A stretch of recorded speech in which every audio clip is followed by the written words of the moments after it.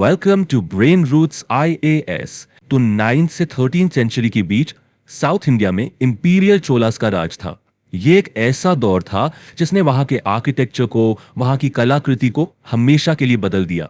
अब देखिए, चोला आर्ट को समझने के लिए उसे पल्लवा आर्ट के कंटिन्यूएशन की तरह देखना होगा, लेकिन इसमें एक बहुत ही बड़ा एक डिफाइनिंग फर्क है। ये जो कोट है ना, ये पूरी कहानी साफ कर देता है। जहां पल्लवास पायनियर्स थे, मतलब उन्होंने रॉक कट टेम्पल्स की नींव रखी, एक नया रास्ता खोजा, वहीं चोलास परफेक्शनिस्ट थे। उन्होंने उस फाउंडेशन को, उस नींव को लिया और उसे स्केल, प्रिसिजन और ग्रैंडियोर के एक ऐसे लेवल पर पहुंचा दिया जो पहले कभी सोचा भी नहीं गया था। और यही यही हमारे आज के इस विश्लेषण का, इस चर्चा का कोर थीम है। यहां पल्लवा और चोला स्टाइल्स के बीच का जो अंतर है वो बिल्कुल साफ दिख जाता है। पल्लवास के डिजाइन्स मॉडेस्ट थे, मतलब सादगी थी उनमें, आप उनमें एक्सपेरिमेंटेशन देख सकते हैं। लेकिन चोलास, उन्होंने गार्गेंचुअन प्रोपोर्शंस, यानी कि विशाल, बहुत ही विशाल आकार के मंदिर बनाए।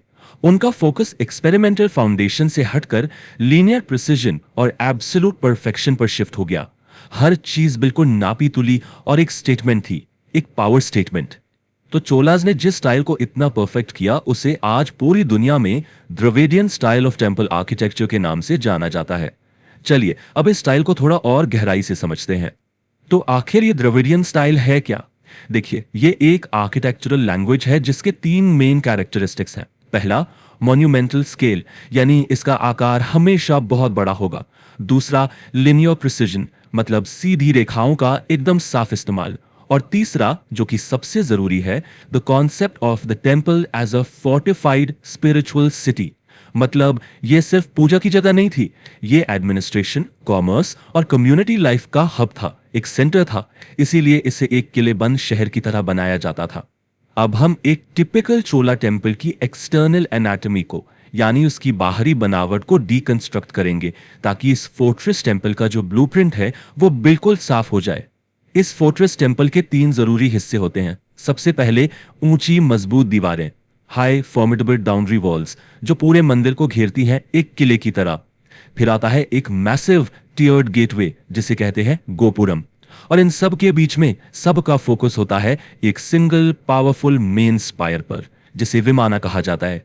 इस पूरे डिजाइन का लॉजिक है इनक्लोजर और एक सिंगल फोकल पॉइंट। तो ये गोपुरम क्या है? ये मंदिर परिसर का विशाल, कई मंजिला प्रवेश द्वार, यानी गेटवे है।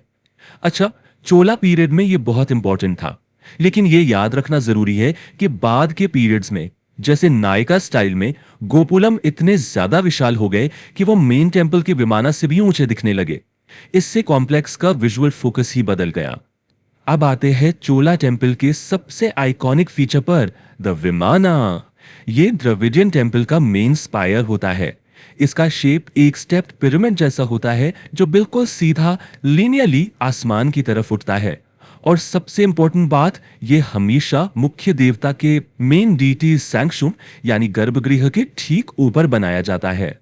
सदर्न विमाना और नॉर्दर्न शिखरा के बीच का ये जो फंडामेंटल डिफरेंस है, इसे समझना बहुत जरूरी है। देखिए, साउथ का विमाना एक स्टेप्ड पिरामिड है, उसकी ज्योमेट्री एकदम लिनियर है, सीधी, और एक ही कॉम्प्लेक्स में सिर्फ एक ही विमाना होता है।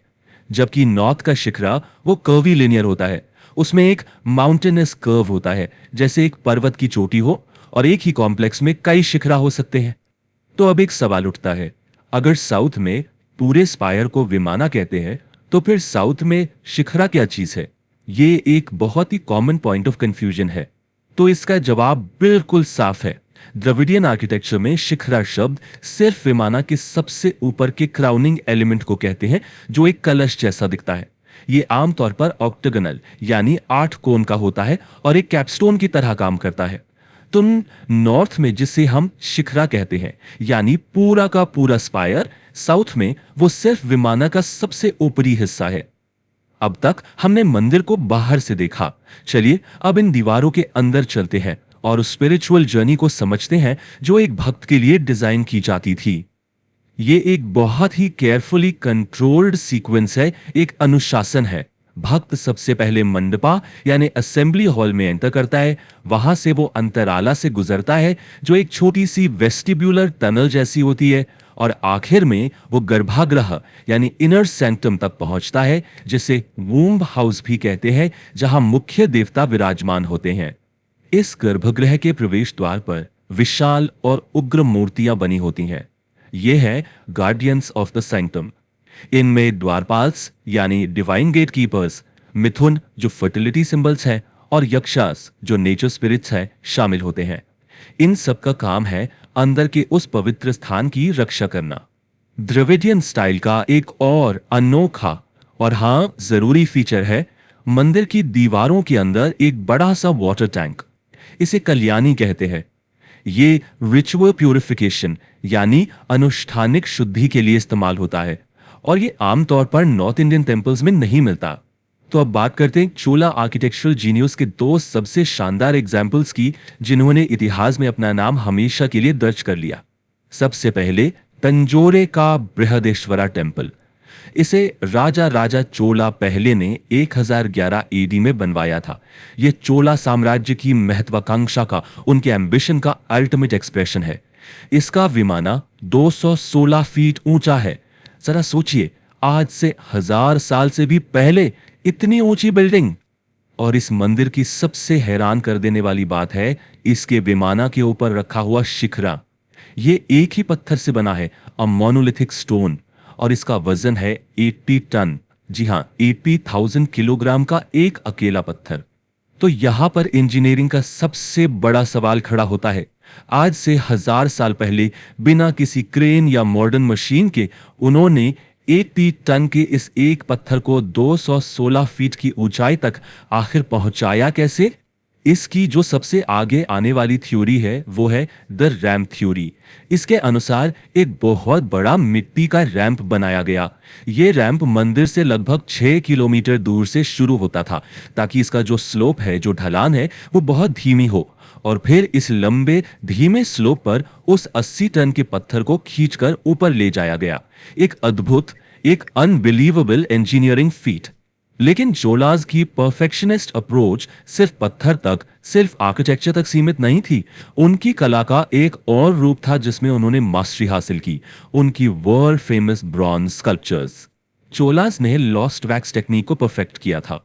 ये ब्रॉन्ज कास्टिंग का एक तरीका है जिसमें पहले मोम का मॉडल बनाकर साचा तैयार किया जाता है।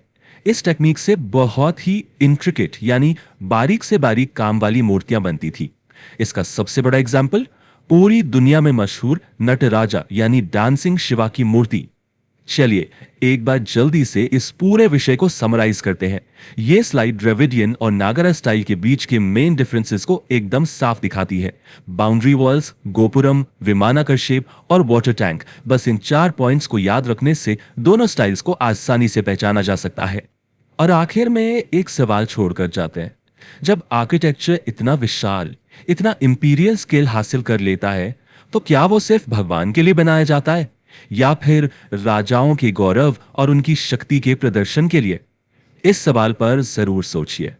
If you found this lecture helpful, like, share and subscribe to the channel.